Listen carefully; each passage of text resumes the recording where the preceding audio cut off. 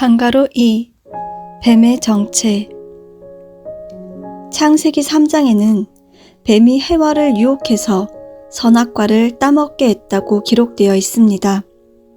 뱀은 파충류에 불과합니다. 그런 뱀이 인간을 유혹할 수는 없습니다. 사람을 유혹하려면 의사소통이 이루어져야 합니다. 해와를 꿰었다는 뱀은 파충류가 아니라 다른 무엇을 비유한 것임을 알 수 있습니다. 뱀은 혀가 둘로 갈라져 있습니다. 혀는 말을 하는 기관입니다. 혀가 둘이라는 것은 한 입으로 두말하는 것을 상징합니다. 또 뱀은 먹을 것을 보면 그냥 먹지 않고 반드시 꼬아서 먹습니다. 그래서 뱀은 유혹을 상징합니다. 오늘날에는 지식이 발달하고 지능이 성숙함에 따라서 파충류가 인간을 유혹했다고 믿는 사람은 아무도 없습니다. 에덴 동산에서 아담과 해와를 유혹한 뱀은 비유일 뿐 파충류가 아니라고 하는 이유는 다음과 같습니다. 첫째, 에덴 동산의 뱀은 영물인 인간과 대화를 나눴습니다. 영물과 대화를 나누려면 그 상대도 영물이어야 합니다. 둘째, 하나님의 뜻을 알고 있었습니다. 창세기 3장 4절과 5절에 뱀이 여자에게 이르되 너희가 결코 죽지 아니하리라. 너희가 그것을 먹는 날에는 너희 눈이 밝아 하나님과 같이 되어 선악을 알 줄 하나님이 아심이니라 고 기록한 대로 뱀은 하나님의 뜻을 이미 알고 있었습니다. 하나님은 무형의 존재입니다. 무형의 존재만이 하나님의 뜻을 알 수 있고 하나님과 대화할 수 있습니다. 땅바닥을 기어다니는 뱀은 하나님의 뜻을 알지 못합니다. 셋째, 인간을 유혹해서 타락시켰습니다. 그것은 뱀이 인간보다 지능이 높았음을 의미합니다. 유치원생이 대학생을 유혹하는 것은 불가능합니다. 대학생이 유치원생을 유혹했다면 그것은 이해할 수 있습니다. 지능도 없는 땅바닥을 기어다니는 파충류인 뱀이 인간을 유혹할 수는 없습니다. 넷째, 그 소재지가 하늘이었습니다. 요한계시록 12장 8절과 9절에는 다시 하늘에서 저희 있을 곳을 얻지 못한지라 큰 용이 내어 쫓기니 옛뱀 곧 마귀라고도 하고 사단이라고도 하는 온 천하를 꿰는 자라 땅으로 내어 쫓기니 그의 사자들도 저와 함께 내어 쫓기니라 고 했습니다. 뱀이 쫓겨나기 전에는 하늘에 소지한 큰 용이었습니다.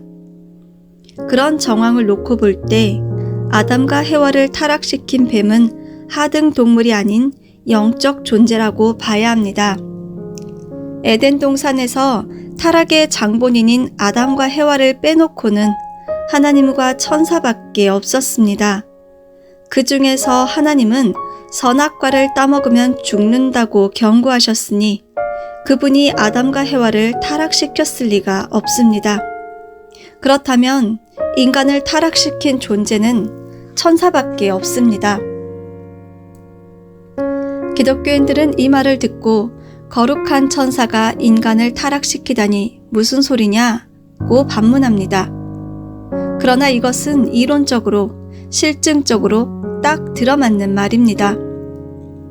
기독교인은 성경을 믿고 성경을 공부하기 때문에 성경을 통해서 증거를 대야 납득합니다. 범죄 사건의 수사는 제일 가까운 곳에서부터 시작합니다. 주변 사람을 놓고 피해자와 어떤 관계인가, 어떤 원한이 있는가를 먼저 조사합니다. 해와로 하여금 하나님의 뜻을 저버리게 했던 에덴 동산의 범죄자는 먼 곳에 있는 존재가 아니라 가장 가까운 존재인 천사였습니다. 반가로 3. 천사의 타락과 인간의 타락. 요한계시록 12장 9절을 보면 천사를 큰 용이라고 했습니다. 하늘에 있는 큰 용이 쫓겨났습니다.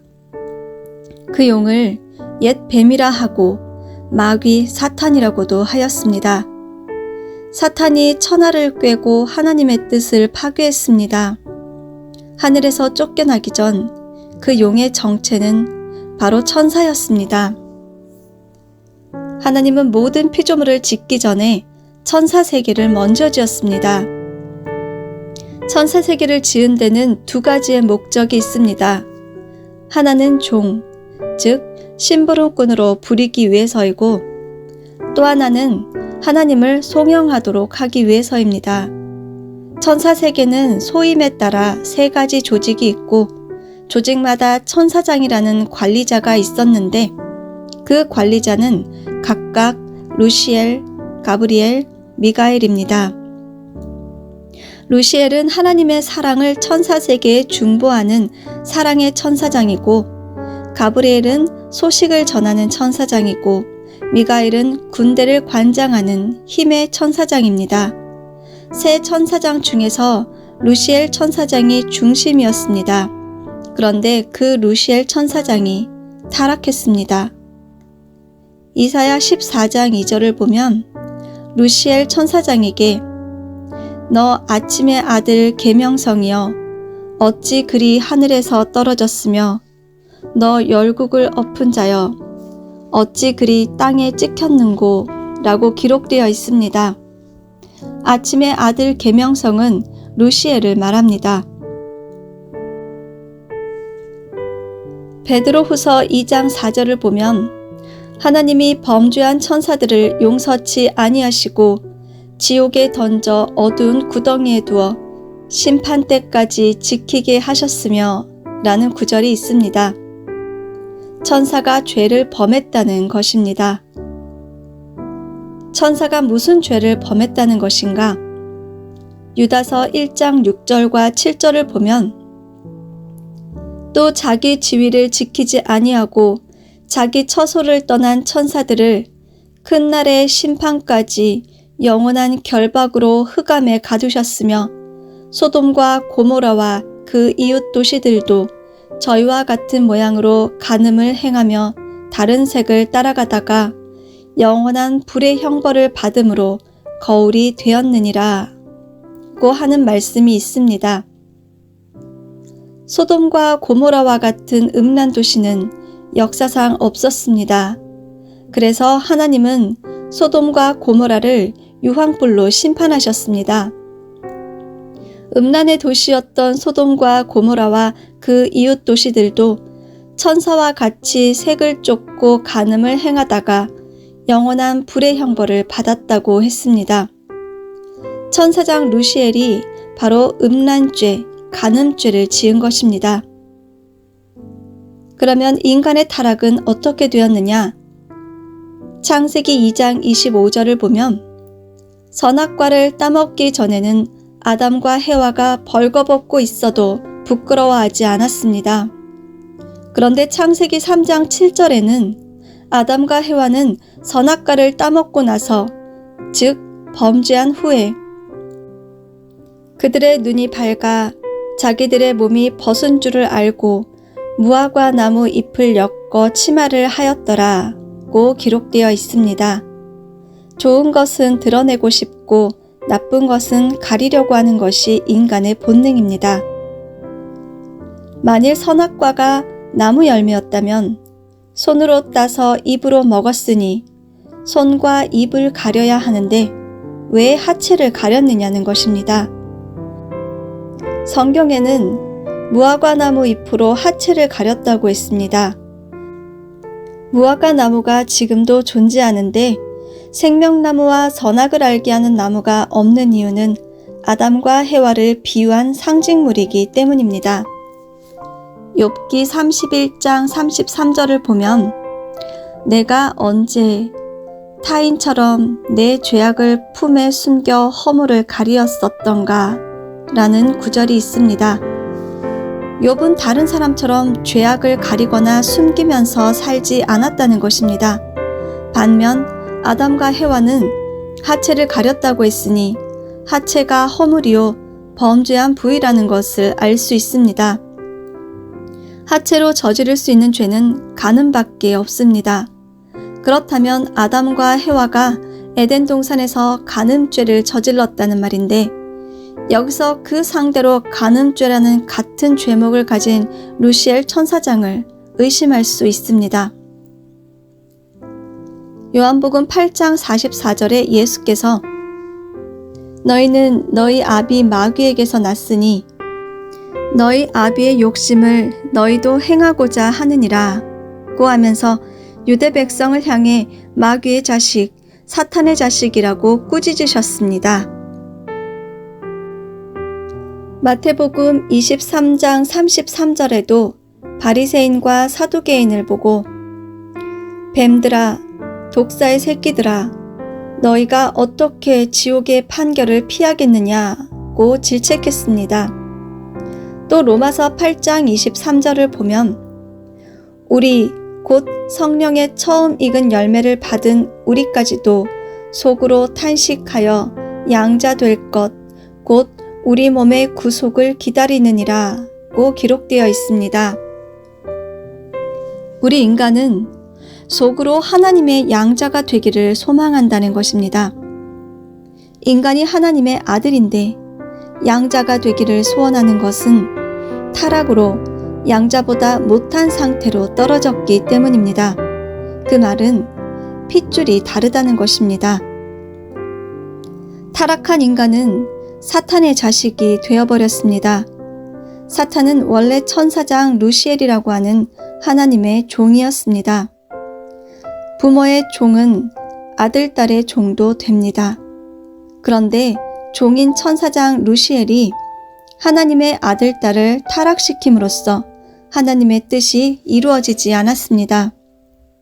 인간은 하나님의 자식이 아닌 사탄의 자식이 되어버렸고, 그에 따라 하나님은 에덴 동산에서 창조주로서의 권위와 위치를 잃어버리게 되었습니다.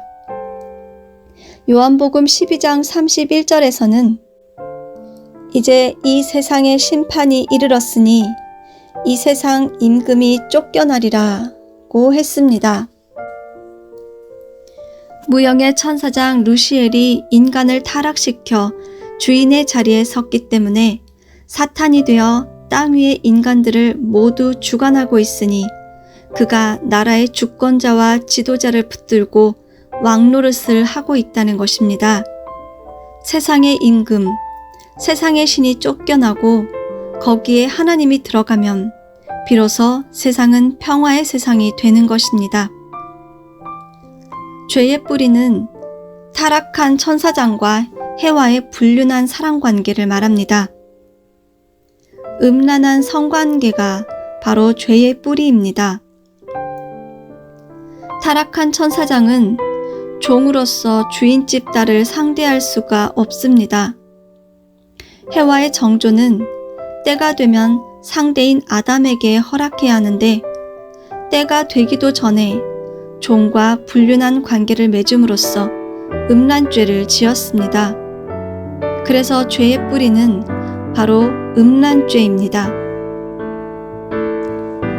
하나님이 허락하시는 상대인 아담이 아니라 종으로부터 종의 혈통을 이어받은 것이 음란죄입니다. 종의 거짓된 사랑, 거짓된 생명, 거짓된 혈통을 이어받은 것은 에덴 동산의 선악과를 따먹은 죄의 결과입니다. 타락한 인간은 사탄의 자식이 되었습니다. 절대성의 가치를 세우지 못하고 타락했기 때문에 사탄의 자식이 되었다는 것입니다.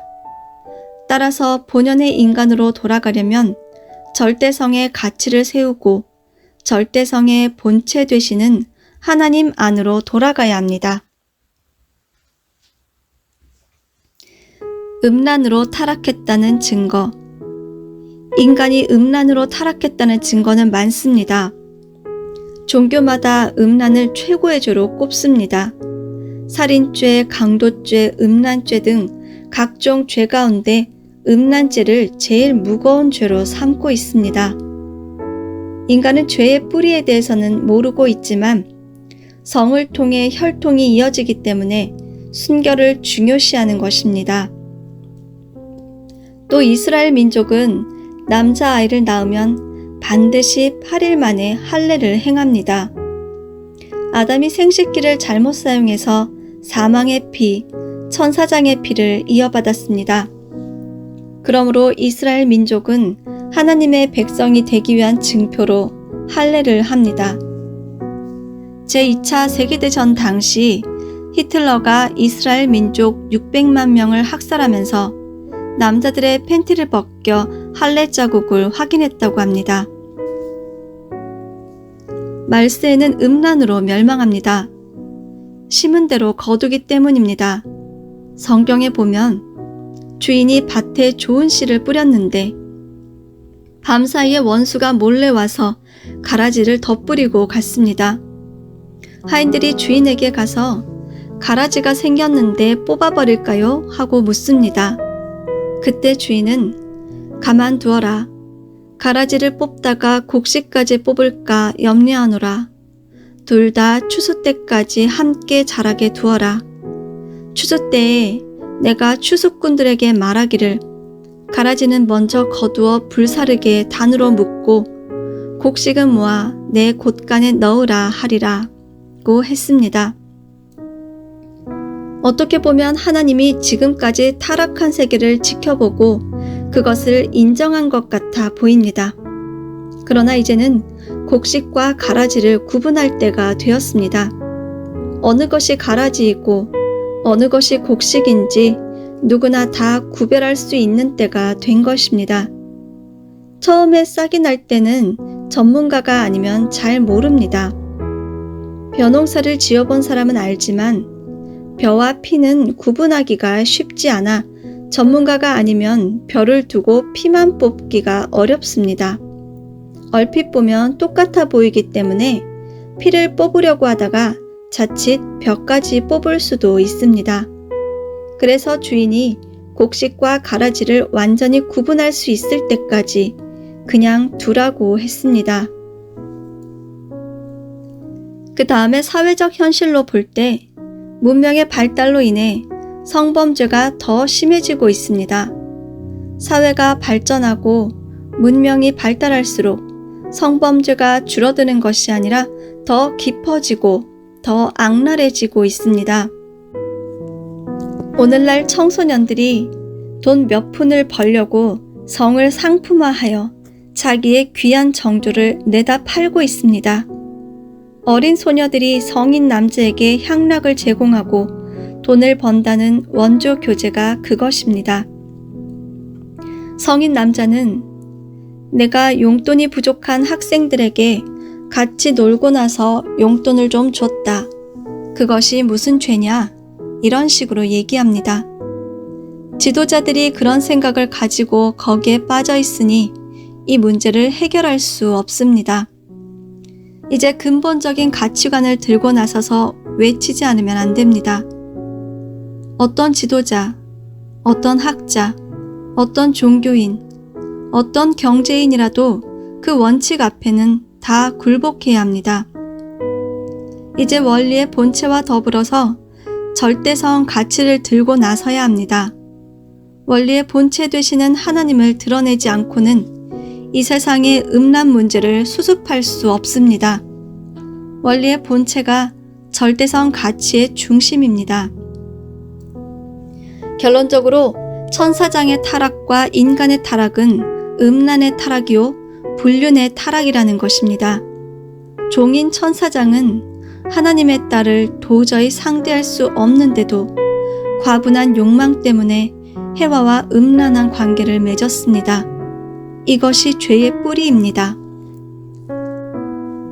유전죄는 혈통을 통해서 전달되는 것입니다. 과일을 따먹는다고 해서 죄가 전달되지는 않습니다. 국가의 흥망성쇠도 음란에 좌우됩니다. 역사를 보면 통일 왕국 시대, 기독교 왕국 시대가 있었습니다. 통일 왕국 시대에는 사울 왕, 다윗 왕, 솔로몬 왕이 40년씩 120년 동안 유대 나라를 통치했습니다. 그런데 그들이 왜 망했느냐? 바로 음란 때문에 망했습니다. 솔로몬 왕은 지혜의 왕이었지만 그도 음란으로 인해 하나님의 성전 이상에 사탄이 들어감으로써 통일왕국 시대는 120년 만에 끝났습니다. 솔로몬 왕의 정식 부인이 700명, 첩이 300명에 달했습니다. 당시 왕들이 얼마나 음란죄를 많이 지었는지를 알 수 있습니다. 과거의 왕궁은 사탄의 궁이었습니다. 거기서 살인도 하고 음모도 꾸미고 음란 행위가 벌어졌습니다. 사극에서 옛 양반들이 허세를 부리고 왕족들이 음탕한 생활을 하는 것을 자주 보는데 그런 세상이 바로 사탄 세계입니다. 오늘 어떤 국가의 경제가 잘 나갈지라도 지도자가 음란하면 그 나라는 망합니다. 교회 지도자는 처음에 출발할 때는 목이 매도록 기도하며 정성을 들여 신령한 능력을 받습니다. 열심히 해서 교회가 부흥하게 됩니다. 그러다가 어느 날 갑자기 여신도와 잘못된 관계를 맺으면 그 다음부터는 초기에 신령한 능력이 사라집니다. 그 교회는 결국 끝날을 맞이하게 됩니다. 어느 누구든지 간에 음란에 빠지면 멸망으로 가게 되어 있습니다. 개인도 그렇고 가정도 그렇고 종족도 그렇고 단체도 그렇습니다. 그 다음에 청소년들의 타락, 10대들의 반항, 가정윤리의 붕괴 등은 에덴 동산에서 있었던 일을 그대로 재현하는 것입니다. 타락 당시 아담 해와는 10대였습니다. 아무런 이유 없이 하나님께 반항했습니다. 그렇기 때문에 부모 앞에 아주 고분고분 말 잘 듣던 10대 청소년들이 사춘기에 이르면 이유 없이 반항합니다. 창조주 하나님께 반항하던 아담과 해와와 똑같습니다. 그들은 비행을 일삼고 음란에 빠지기 쉽습니다. 그런 청소년은 본연의 기준을 잃어버립니다. 나중에 가정 이상을 잃어버리고 정상적인 가정도 꾸리지 못하는 사람이 되는 것입니다. 그런 자식을 가진 부모도 부끄러운 모습이 되고 자기 자식을 사람들 앞에 내놓고 자랑할 수 없는 사람이 됩니다. 그래서 가정의 윤리도 붕괴되고 가정의 가치관도 희미해지는 것입니다. 에덴 동산에서 아담, 해와, 천사장, 이 세 존재가 음란죄를 지었습니다. 그때 천사장은 비록 종이었지만 지능이 아담, 해와보다 높았습니다. 아담, 해와는 천사장을 부모처럼 따르면서 궁금한 것이 있으면 그에게 물어보기도 했을 것입니다. 그럴 때마다 천사장은 종으로서 주인집 자녀에게 공손한 마음으로 정확하게 가르쳐줘야 합니다. 거짓말을 하거나 그들을 무시하면 안 됩니다. 그런데 천사장이 딸과 같은 해와를 꾀어 불륜을 저지르고 말았습니다. 그때 해와는 천사장의 지혜를 받습니다. 이성의 눈을 뜬 것입니다. 해와는 이성의 눈을 뜨고 나서 어머니와 같은 입장에서 아담을 이성으로 대하기 시작했습니다. 아담과 해와는 남매였지만 해와가 먼저 이성의 눈을 떴기 때문에 어머니와 같았고 아담은 아들과 같이 철이 없었다는 것입니다. 해와는 결국 아들과 같은 아담을 타락시키고 맙니다. 천사장에게 배운 것을 그대로 아담에게 전달한 것입니다. 해와가 두 남자를 대하는 불륜을 저지르면서 본연의 가정 이상까지 붕괴되고 말았습니다. 에덴 동산에서 해와가 저지른 불륜이 오늘날까지 이어져 어머니 같은 사람이 아들 같은 사람을 데리고 살고 할머니 같은 사람이 손자 같은 사람을 데리고 놀아나고 할아버지 같은 사람이 손녀 같은 사람을, 아저씨 같은 사람이 조카 같은 사람을, 아버지 같은 사람이 딸과 같은 사람을 유린하는 세상이 되어버렸습니다. 그리고 해와가 두 남자를 상대한 불륜이 뿌리가 되어 끝날에 프리섹스로 이어졌습니다. 오늘날 종교는 어느 종교이든 일정한 경지에 이르면 금욕을 강조합니다. 출가하는 이유도 가정을 갖지 않기 위해서입니다. 종교가 금욕을 강조하는 것은 창세기 1장 28절에 생육하고 번성하여 땅에 충만하라는 말씀과 모순됩니다. 금욕하면 번식이 일어나지 않습니다. 그런데 종교에서 금욕을 강조하는 이유는 타락으로 사탄의 자식을 번식했기 때문입니다. 때가 되어 하나님의 아들 메시아가 오셔서 참 부모로서 축복을 해줄 때 그 축복의 자리에 나아가게 하기 위해서 그때까지 참고 기다리라는 의미입니다.